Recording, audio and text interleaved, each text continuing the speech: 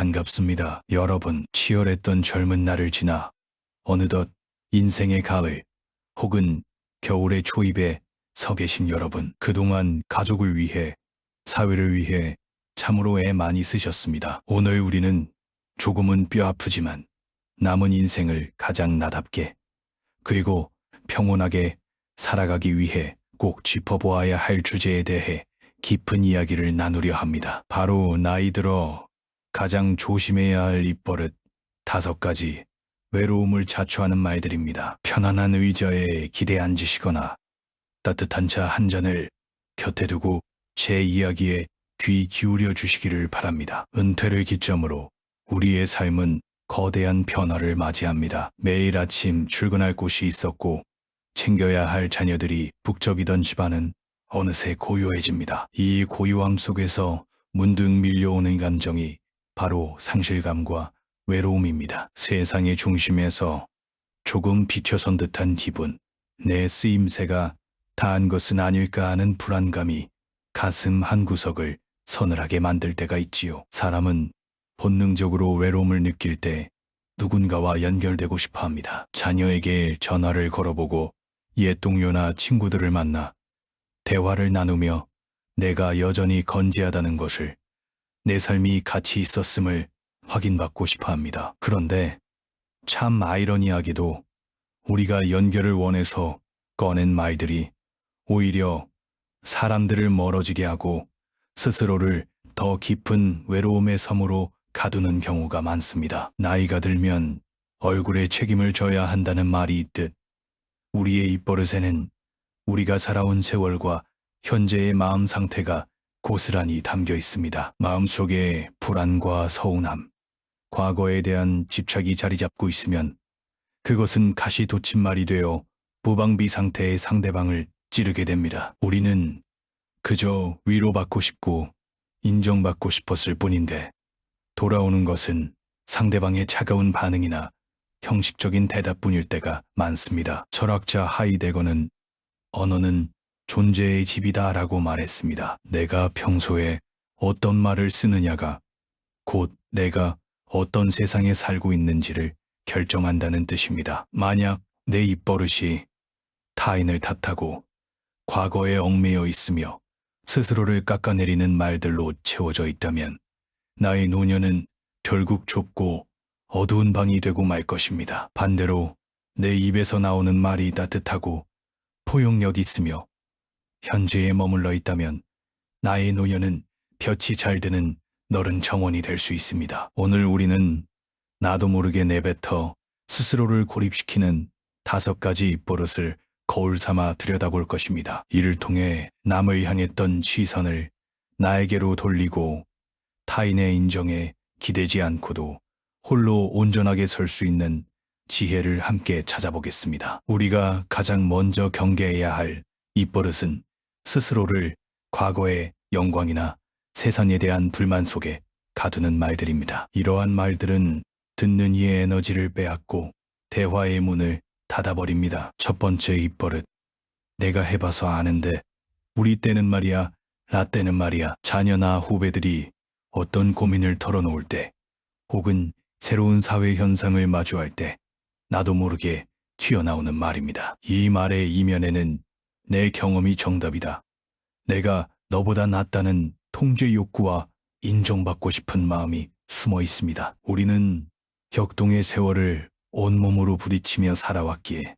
그 치열했던 경험을 훈장처럼 여기는 것은 당연합니다. 하지만 세상은 너무나도 빠르게 변하고 있습니다. 나의 과거 정답이 오늘의 오답이 될 수 있는 시대입니다. 프랑스의 철학자 몽테뉴는 그의 저서 수상록에서 노년의 가장 큰 결함은 육체의 주름이 아니라 마음의 주름, 즉 아집이다라고 일갈했습니다. 지혜로움이란 내 지식이 완벽하지 않음을 인정하고 언제든 웃으며 새로운 것을 받아들이는 유연함에 있습니다. 내가 해봐서 아는데라는 닫힌 말 대신 요즘은 어떻게 하니? 내 생각이 궁금하구나라는 열린 질문으로 바꾸어 보십시오. 가르치려 들지 않고 경청할 때 사람들은 비로소 당신 곁에 머물며 진심을 털어놓을 것입니다. 두 번째 입벌은 요즘 사람들은 영 못 써. 세상 참 각박해졌어. 뉴스나 주변의 소식을 접할 때마다 혀를 차며 내뱉는 부정적인 평가와 비난의 말입니다. 세상이 내 맘 같지 않게 흘러가는 것에 대한 두려움과 소외감이 이런 뾰족한 말로 표출되곤 합니다. 하지만 내 살을 비판적으로 바라보는 사람 곁에는 늘 긴장감과 피로감이 감돕니다. 사람들은 자연스레 부정적인 에너지를 뿜어내는 사람을 피하게 됩니다. 동양의 위대한 사상가 장저언은 삶을 강조했습니다. 내 안에 꽉 들어찬 잣대와 편견을 비워내야 만물이 흐르는 이치를 있는 그대로 받아들일 수 있다는 뜻입니다. 세상은 원래 끊임없이 변하는 것이고 각자의 시대마다 고충이 있는 법입니다. 타인과 세상을 향한 날 선잣대를 거두고 그럴 수도 있겠구나. 다 각자의 사정이 있겠지라며 무심한 듯 따뜻한 시선을 가져보세요. 내 마음을 비울 때 비로소 편안함이 찾아옵니다. 세 번째 입버릇. 이제 와서 뭘 해.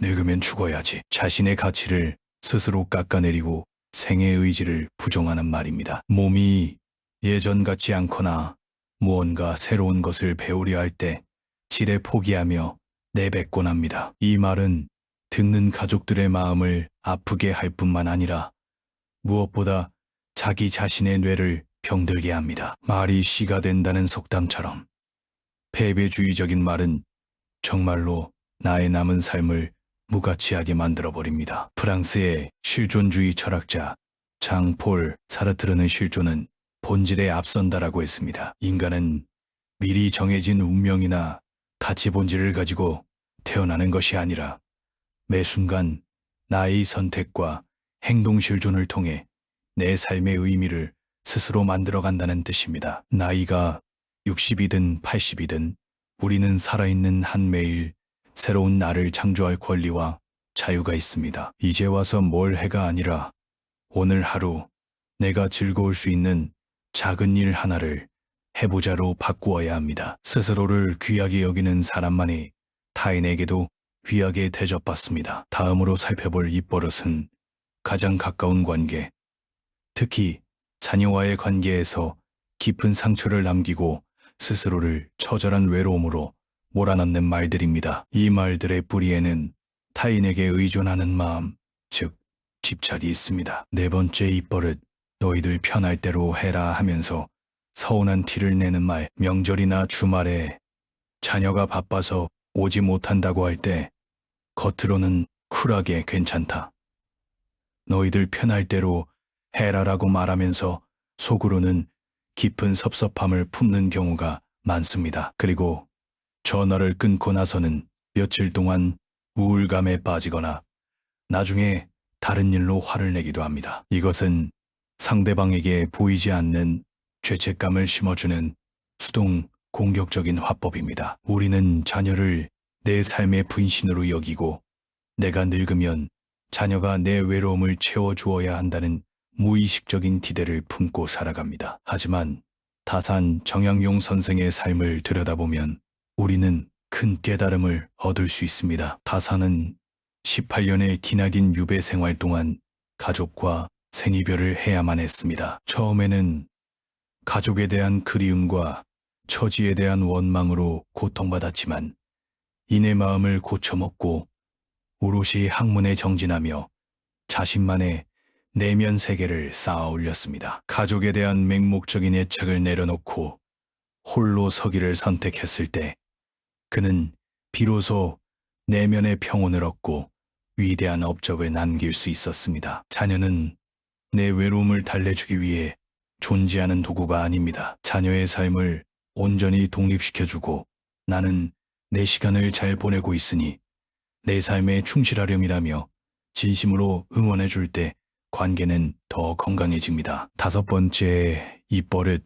내가 너를 어떻게 키웠는데, 내가 누굴 위해 이렇게 살았는데. 자녀나 배우자에게 섭섭함을 느낄 때 터져나오는 가장 가슴 아픈 말입니다. 나의 과거 희생에 대한 보상 심리가 채워지지 않을 때 나오는 절규와도 같습니다. 물론 여러분의 희생과 헌신은 눈물겹도록 고귀한 것입니다. 하지만 이 말은 과거의 빚을 현재로 소환하여 상대방의 목을 조르는 족쇄가 됩니다. 상대방은 고마움을 느끼기보다 숨막힘과 도망치고 싶은 충동을 느끼게 됩니다. 이제는 시선을 돌려야 할 때입니다. 남을 위해, 가족을 위해 살았던 그 헌신적인 사랑의 방향을 이제는 나 자신에게로 돌려야 합니다. 내 삶의 가치를 타인의 인정이나 보상에서 찾으려 하면 영원히 목마를 수밖에 없습니다. 우리가 입버릇처럼 쏟아내는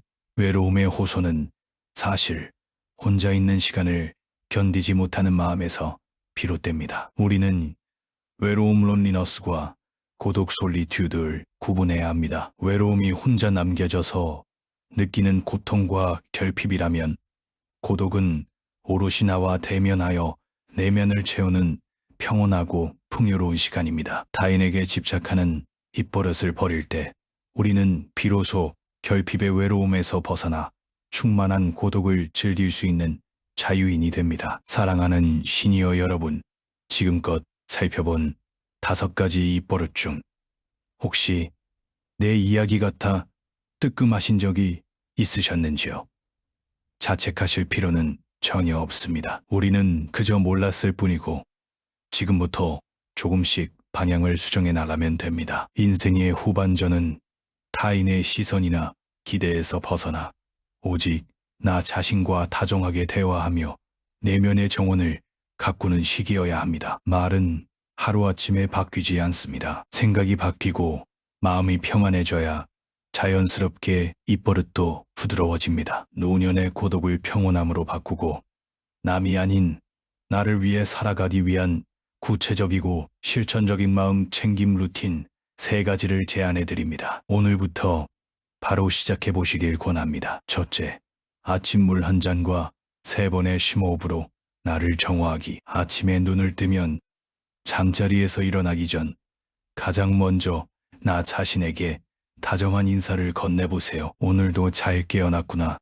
고맙다. 그리고 일어나서 미지근한 물을 한 잔 천천히 마십니다. 이때 물이 식도를 타고 넘어가는 느낌에 집중하며 숨을 깊게 3번 들이마시고 내쉽니다. 이 짧은 의식은 어제 사람들에게 느꼈던 서운함, 밤새 괴롭히던 불안감을 씻어내는 행위입니다. 맑은 마음으로 하루를 시작할 때 우리의 입술에서도 맑고 정갈한 말이 나올 수 있습니다. 둘째, 말하기 전 3초 멈춤의 미학 실천하기. 누군가와 대화할 때, 특히 자녀나 아랫사람에게 조언하고 싶은 충동이 일거나 서운한 감정이 올라올 때 무조건 입을 닫고 속으로 상초를 세워보십시오. 하나, 둘, 셋. 이 상초의 찰나에 마법이 일어납니다. 아, 내가 또 내 기준대로 판단하려 했구나.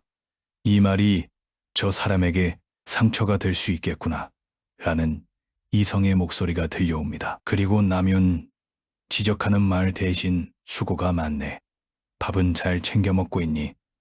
같은 따뜻한 위로와 공감의 말이 먼저 나갈 수 있는 여유가 생깁니다. 침묵을 두려워하지 마세요. 나이 든 사람의 여유로운 침묵은 100마디 말보다 더 큰 울림을 줍니다. 셋째, 나를 위한 단독자직이. 하루에 단 1시간이라도 오롯이 나 혼자 흠뻑 빠질 수 있는 무언가를 하십시오. 동네 공원 산책도 좋고 도서관에서 책을 읽는 것도 좋으며 베란다의 식물을 정성껏 가꾸는 것도 훌륭합니다. 중요한 것은 누군가와 함께해서 즐거운 것이 아니라 혼자여도 충분히 온전하고 기쁜 상태를 경험하는 것입니다. 스스로 행복을 만들어내는 사람은 타인에게 의존하지 않으므로 무리한 요구를 하거나 섭섭한 말을 쏟아내지 않습니다. 홀로 서는 즐거움을 아는 사람은 역설적으로 타인과 가장